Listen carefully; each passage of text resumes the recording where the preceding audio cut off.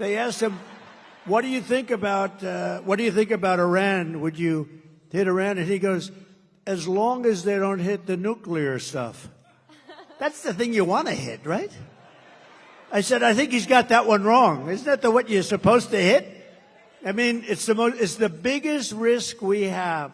Nuclear weapons, the power of nuclear weapons, the power of weaponry. You know, I rebuilt the entire military, jets, everything. I built it, including nuclear, and I hated to build the nuclear, but I got to know firsthand the power of that stuff, and I'll tell you what, we have to be totally prepared. We have to be absolutely prepared. But when they asked him that question, the answer should have been, hit the nuclear first and worry about the rest later. And that's what they should. That's what if they're going to do it. Freedoms that North Carolinians have been fighting for over 200 years. And they're missing $1 billion that they gave to migrants coming into our country. Some of them are murderers. Some of them are drug dealers. Some of them, many of them, 13,099 murderers came into our country during their 3.5. And we're missing $1 billion they gave them to the migrants that came in. People were fired from VA for not serving them. And you had 16,000 drug traffickers. You had numbers that nobody's ever seen, 645,000 criminals overall. They're in our country.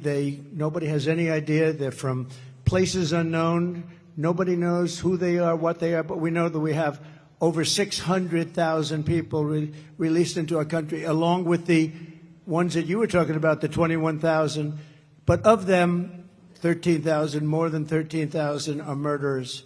And some were on schedule to die. They were scheduled for the death penalty. And we have them now nicely ensconced in our country. I'll tell you what, with back pay.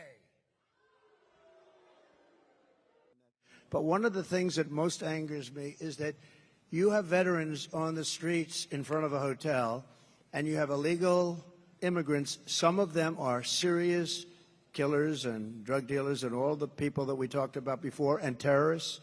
And those people being walked into a hotel, and they're staying in a hotel, and they walk by veterans who are sleeping on the street. And it could be cold, it could be hot, and it bothers me. If we stop, if we close our walls, we're going to be able to handle it. They are spending so much money on taking care of the illegal migrants, now we call them. We used to call them illegal aliens. I call them whatever the hell I want to call them. So do you. But they're not supposed to be here. Just brought them all back.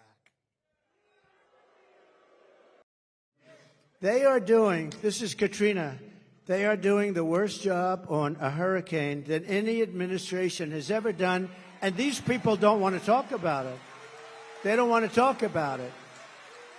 People are saying it's the worst job, and you people know it. A lot of you people know it because you're here. But they've done the worst job. Kamala has done the worst job.